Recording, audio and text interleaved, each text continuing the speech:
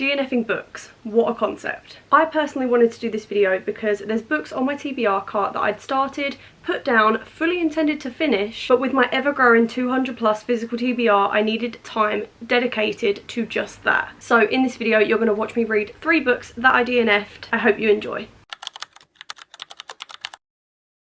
Okay, so our first book for today's video is Keeping 13. I read Binding 13 back in January and rated it a 5-star. Really did enjoy that book. I instantly went straight into Keeping 13 straight after Binding 13 as it ended on a little bit of a cliffhanger and I obviously wanted to get back into the story. But I did decide to stop reading this book at around 200 and something pages in. I feel like after reading Binding 13, which is like an 800 page book, going into another 800 page book was a little bit of a crazy decision and I was starting to feel a little bit slumpy and wanted to move on to a different thing. So I'm on around page 420 and just wanted to say how much I'm just glad to be in this world again. Glad that I decided to do this video and just delve back into this book because I feel like the only thing putting me off was the size of it. It wasn't that I wasn't enjoying it, because when I'm reading it, it's going by so fast. I feel like I'm reading it quite quickly. It's just seeing that I've still got 400 pages left in this book is a little bit scary. But that's the only thing putting me off. I have since learned that I'm not a series binger. The Boys of Tom and series are over 800 pages per book, which is a lot. I can't even binge series that consist of like 300 page books, so why I thought binging 1600 pages of content in one go would be a good idea, I have no idea. So I'm on page 500 now. I haven't really had too much to say, like update wise, up until this point. I just feel like the story has slowly progressed a little bit. Obviously the abuse and neglect by her parents in Shannon's life was and still is a very, very present part of this book. But I feel like it was more present in Binding 13 because you actually did see it happen in the book. Whereas this one is sort of like the aftermath of that and like how Shannon and her brother's parents' acts are gonna sort of like progress into another story, how they're gonna heal from that trauma. And one part that I'm quite literally enjoying so much at this point is how Shannon's just normally acting like a teenage girl again. Like obviously she's still got that trauma, she's still very much traumatized, but she's starting to act a little bit more like a normal teenage girl, which has been so nice to read because I'm rooting for that girl. I love her.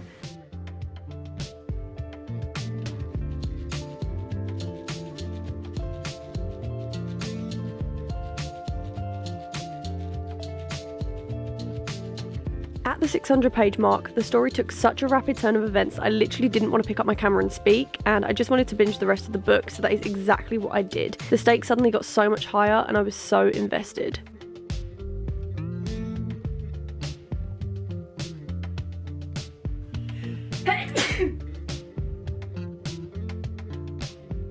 Okay, so it's a little bit later on and I'm up to page 703, so I've literally binged like 200 pages.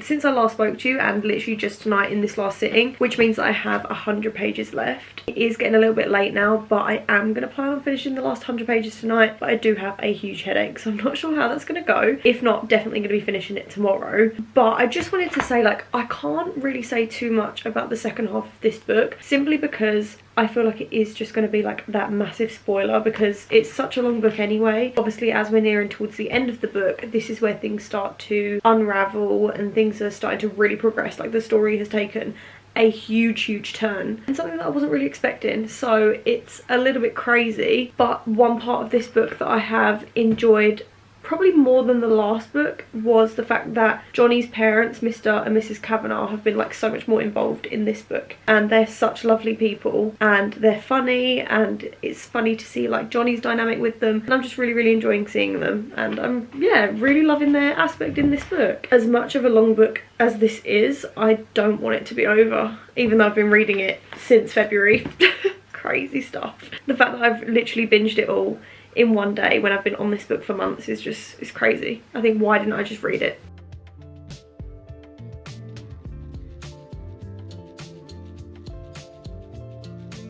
So I have now finished Keeping 13 by Chloe Walsh, and I literally binged the last 300 pages literally yesterday in one sitting. I have sat and thought about it, like I was going to do like a straight up review straight away, but I thought I would sit and think about it first because it is a very long book, so there's obviously a lot to unpack. There was a scene nearer towards the end of the book where it was Johnny's birthday and him and a couple of his friends go camping. Something happens, I'm not going to say what, but something happens on that camping trip to another character, like nothing crazy, but enough. And I thought, why could this have just not been in his book? And it's not like it was a bad thing, because I love the fact that these books speak so much about the other characters in the world, but I feel like with Joey, her brother, and with Gibbsy, we get so many scenes with them in that is quite like present scenes as well, like just focus solely on them, and they still have like 900-page books in themselves. So I'm like, what is going on? Like, why did they not just have more shorter books? I don't know, like, it sounds like I'm criticizing it. I'm not. I just feel like it was kind of pointless. Like, they shoved it all into one book. At one point, I suppose it kind of got a little bit confusing, because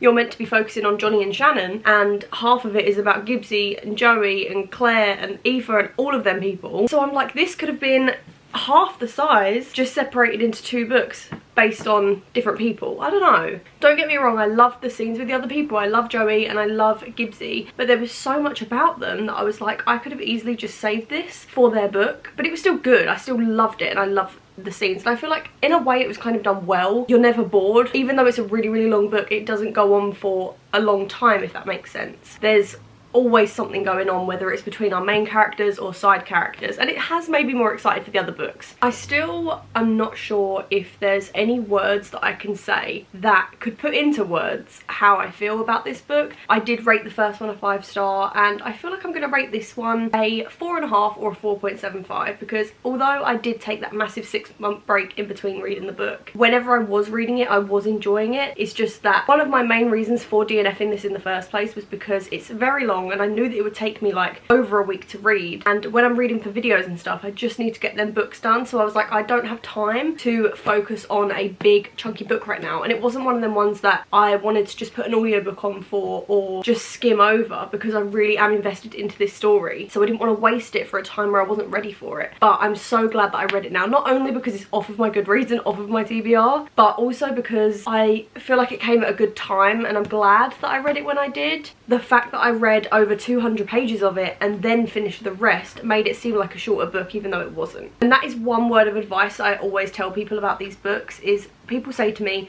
I want to read Binding 13 but it's very, very long, and I say, how about you read the first 400 pages, have a break, and then go in for the last 400 pages, because then it's almost like 2 separate books. Because I feel like halfway through Binding 13 is a good way to stop. I know that right now we're talking about keeping 13, but just in general, if you want to read that series and you're scared about the size of them, and you're one of them people that can have a little break and come back, they are big enough that you can have those breaks, and there's good stopping points in the story.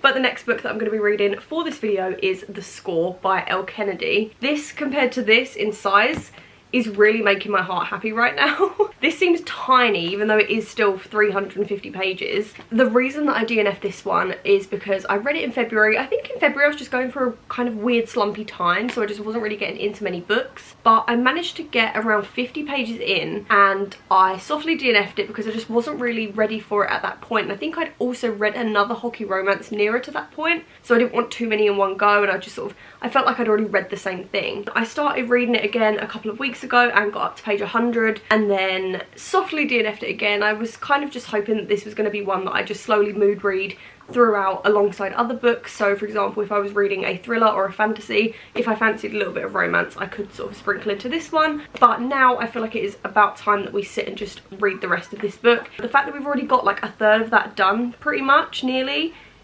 is great for this video. I just feel like there's something so good about reading about rich people. I'm not sure if this is a coincidence, but some of my favourite books ever include people with money. For example, Magnolia Parks is like my London version, Addicted is my like American version with trauma, and Now Off Campus is like a sporty version. So I have managed to read a little bit more of The Score now. I'm pretty much nearly halfway through it, and I wanted to just say how at first it did feel a little bit insta-lovey, because it was almost like a one-night stand sort of situation, sort of like it wasn't planned, it was like accidental. She showed up at his house to go and see Hannah, but then ended up obviously doing little bits with him, and I just don't know if I love that. Like, the one night stand trope isn't necessarily like the best in terms of, I don't know, it's love-hate. I suppose, but I don't know. I just don't know exactly whether I like it or I dislike it, because it almost feels a little bit insta-lovey. But I do feel like in the rest of the book she will make him grovel a bit more. Like, he's already really trying to flirt with her and she's shutting it down, so I'm enjoying that side of it. But because they've already had like a physical connection, it almost feels pointless. I don't know. I don't know. I hope that she just makes him grovel that little bit more. Out of all of the books that I had planned for this video, I think The Score's the one that I remember the least about. And you'd think that it would be the other way around, because The Score's like the third in a series. So you'd think that I would remember more about that, but obviously not.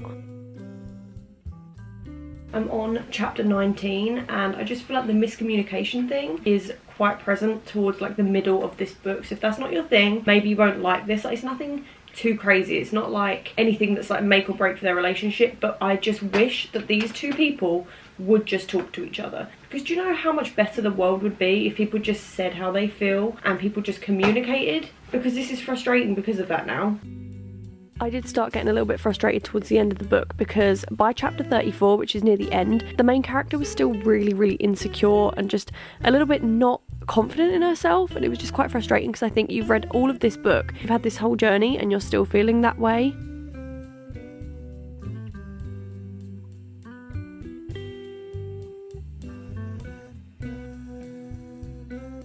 So I was going through all the clips of this video and then realised that I never did some of the reviews, which I'm very guilty of. I just don't film anything apparently. But I didn't do my review for The Score by Elle Kennedy. So obviously, as I said previously, I was toying with the idea of DNFing this book. I ended up DNFing it. I picked it back up again, DNF'd it again, read a few chapters and then DNF'd it again. So thought it was about time to read this book and just finish it. I'd heard nothing but good things about this book, and Elle Kennedy is one of my favourite authors. I love the Avalon Bay series. The first two books in this series, specifically the Off-Campus series, were great reads for me and like rated quite highly, like over 4.5 stars. And one of my best friends, Marley, said that she loved this book. Like, this was her favourite one in the series. She was like, I cannot wait for you to get to Dean's book, because she loves Dean. And obviously, when someone says that to me, I have high expectations and I was very excited. And to be fair, it was a good book. Like, don't get me wrong, this was a great read. I did enjoy it, but I just feel like compared to the other two that I'd read previously, I just wasn't as invested in it, and that's okay. And I feel like it was just that I started reading it at a slumpy time. I feel like the majority of the books that I read in this video were DNF'd in around February time, because I started a new job, it was a whole thing, and I feel like that just meant that I didn't really get as into books, so that's understandable. So it didn't take away the fact that the book wasn't good, because when I was reading it I actually did enjoy it, and I obviously ended up binging like the majority of this book in a matter of like 1 or 2 nights. So when I was actually reading it, I was enjoying it. It just took me that little while to get there. One thing that I do love about Elle Kennedy is that you really do feel like you're reading about real people. Like, this could easily be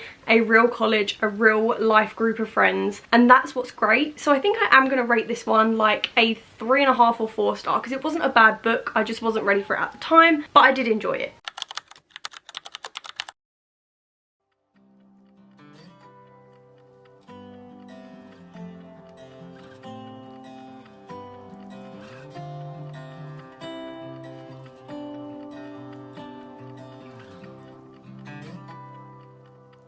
So I've started Live Ranch Love again at around page like 140, 150. The reason that I DNF'd it in the first place was just because it was just very similar to another book that I'd like read within the last couple of months. It's not that it's a bad book, and I am enjoying the book, it's just that it was very similar to something else, so I just don't want to read too much of that at the moment. And I think it was the same for The Score as well. Like, I'd read a hockey romance within a month of reading that one, and I just didn't want too much of the same stuff. But I am enjoying this book. I just feel like it wasn't gripping me enough a few weeks ago at the time. It was just going to put me in a slump. But now I feel like I've had enough time in between the two books that were similar, this one and the other one, and I feel like I have time to just sit and read this now. And you know, it's a cowboy romance in a small town. It's gonna be good, so I can't really moan at that. But I am planning on getting to at least halfway today. I pretty much am there anyway. Obviously we'll just see how much I can read tonight, but I do have some time for the rest of the week to get this book finished, so I'm excited just getting it on. But the cover is really cute as well, so yeah.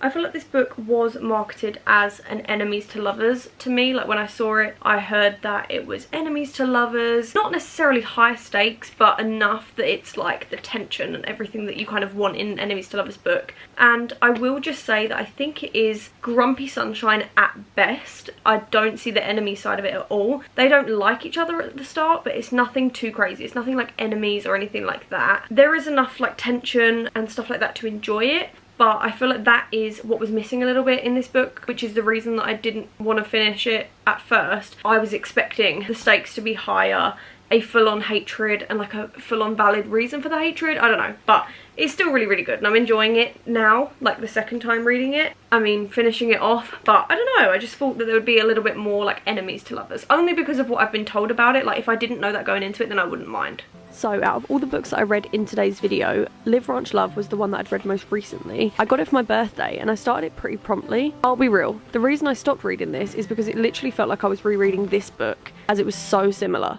It doesn't take away the quality of Live Ranch Love as it is still a good book, but I just thought it was so predictable and wasn't really interested in finishing it at that point. I've had enough of a break now in between, so I feel like I'm ready to delve back into this world. It has literally just clicked in my brain why this book is named what it is. That's crazy. That is absolutely crazy. So I'm on page 251, which is chapter 28, and that means I've got less than 100 pages left. So I feel like this is going by a lot quicker than I thought. I feel like it's one of them situations where I'm reading it feels like I've read 5 pages, but then when I look, I've actually read 20, which is like amazing because it just means it's going by so fast. I will say I have skimmed over some of the like smutty scenes because generally I'm not really interested in smut anyway. The only way I'll read it is if I'm like fully invested in the characters and stuff like that. Like yes, I'm rooting for this relationship. I don't really care whether they do stuff or not, so I'm just sort of like skimming past, so maybe that's why it's going a little bit quicker, but I definitely plan on finishing this tonight. I just wanted to mention how as a debut novel I do think this is very well written, and I really like the characters. Like when you see sort of like those debut novels, you're not really sure how the writing's going to be, if it's going to feel a little bit like Wattpad-y and stuff like that, but I feel like this author did very well with her plots, her characters, and just like the way the book was thought out. I feel like the characters have a little bit of depth to them as well. It's not just like black and white. They have their past traumas, they have their passions, and I feel like for a debut novel this was written quite well. But I do think I'm just going to settle down for the rest of the night and probably binge the rest of this book. As I said, less than 100 pages left, which is amazing. So yeah.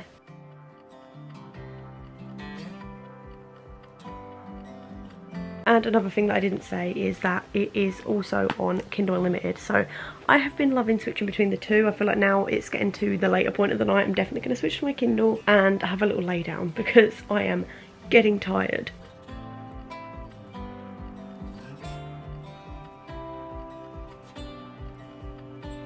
I've just read chapters 35 and 36, and if you know, you know. What the hell has just happened?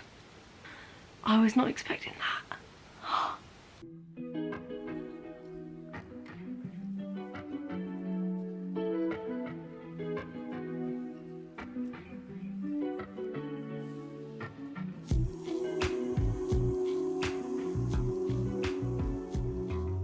Hello guys, if this clip does look a little bit similar to another clip in this video, it is because I forgot to review 2 books, so I'm just quickly doing that and inserting them in. But obviously I have now finished Live Ranch Love. The plot was very similar, and I got to about halfway through and I was like, I simply can't do this anymore, because I think I read Swift and Saddled in like May time, so it was a little bit too soon to be reading the same thing again. So that's 2 out of 3 of these books for today's video that I've DNF'd because they were too similar to something that I'd read within that time period before. All of the books in this video I did enjoy, both when I was DNFing them and now. But other than that, like, I did enjoy this book. I just wasn't really in the mood for it at the time that I was reading it. But I do think for a debut novel, this was really good. It was well written for a debut novel. I would read another Emma Lucy book. This definitely wasn't a reflection of her writing or anything like that. Just the plot and the premise behind the book was similar to another one that I'd already read. If I'd read this first,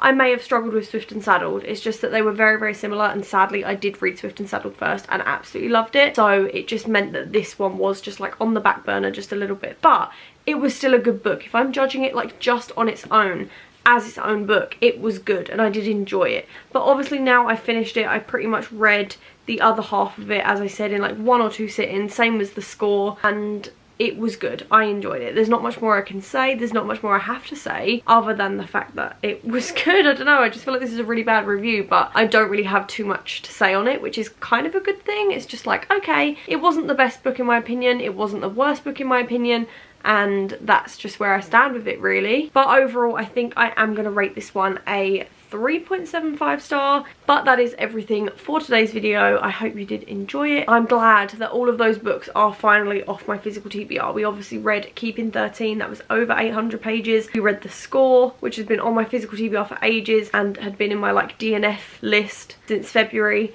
And now we've also obviously finished Live, Branch, Love as well. So I'm glad. That means that I'm only in the middle of one more book that I decided to DNF, but I don't really have time to be reading it for today's video. So that's neither here nor there. Maybe I'll do a part 2 because there's a couple of other ones that I could do. But I hope you did enjoy it. If you did, give it a thumbs up. I just thought it was a new concept. I don't think I've ever seen anyone do this video before, so I hope you did enjoy it. Please let me know, and I will hopefully see you in my next video. Love you guys lots. Bye.